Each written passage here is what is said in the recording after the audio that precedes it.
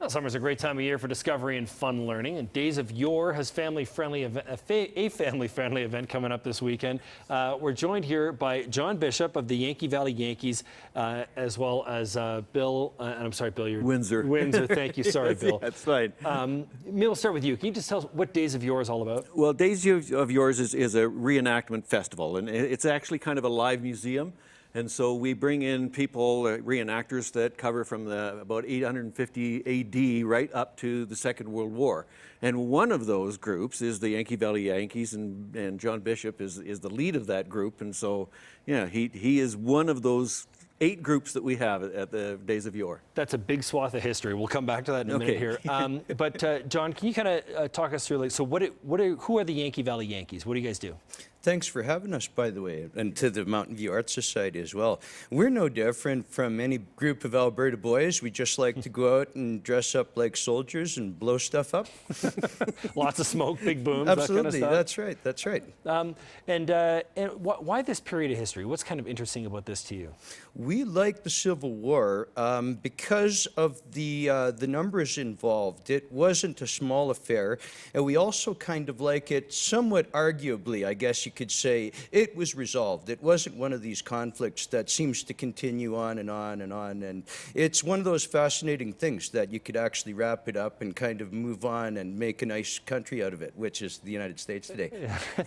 Now, you've got a number of things on here, so maybe you can kind of talk us through some of your uniform or some of the different pieces here that you've Absolutely. My uniform is simply just window dressing on the rest of it. I'm dressed as a federal colonel of artillery right now. That's what the red color on my patch would be there. It's going to be for artillery. So I don't just go out and stand out there with no toys to bring with us there. What we'll be bringing, it'll be unofficial, but we'll actually have 3 pieces of artillery down at the show there next weekend. There'll be 2 12-mount howitzers. Sorry, just so I can translate for people, that's basically their cannons, is what people would cannons, see. Yeah, artillery cannons, absolutely, that's correct, yeah.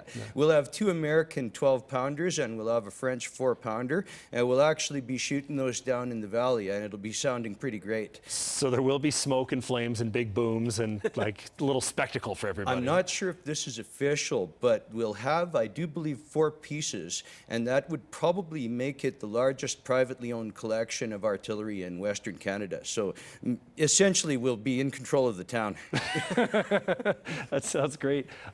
And can you tell, give me like how many actors and what's the kind of scope of your performance here? We are just one tiny part of the show. We're between 7 and 8 people, so we're a little understaffed for the artillery, but you're going to see everything down there. You'll see Vikings and reenactors of different time periods, and gladiators and knights and horseback stuff, and a little bit of everything. Bards, and a whole tour right back through history. And it's not, so again, it's a big swath of history, isn't it, Bill? Yes, so it is, yes. just tell me, but there's a little something for the rest of the family. It's not just skirmishes and such, gracious, no. Essentially, we have an area that's set aside as a performance area, and each of the groups performs twice each day for a 20-minute set. And so it could be a battle, which in some cases it is. Lots of times it's educational, so that somebody like the Vikings will go out and they'll explain exactly what the formations are and what happened during battles. John will go out with his cannons and he'll give you a little indication of what it's all about and when to cover your ears and things like that, and watch the birds on the hillside, because they all go when the cannons go off. So yeah, it's far more than just battles and weapons.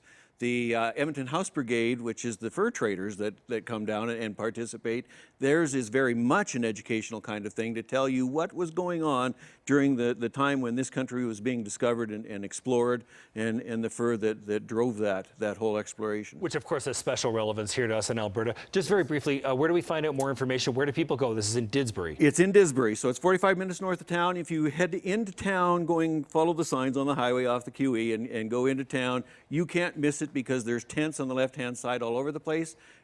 daysofyore.ca website tells you everything you need to know. Terrific. Hey, thanks so much, guys. I appreciate you both coming in. You're welcome. Thanks, Jeremy.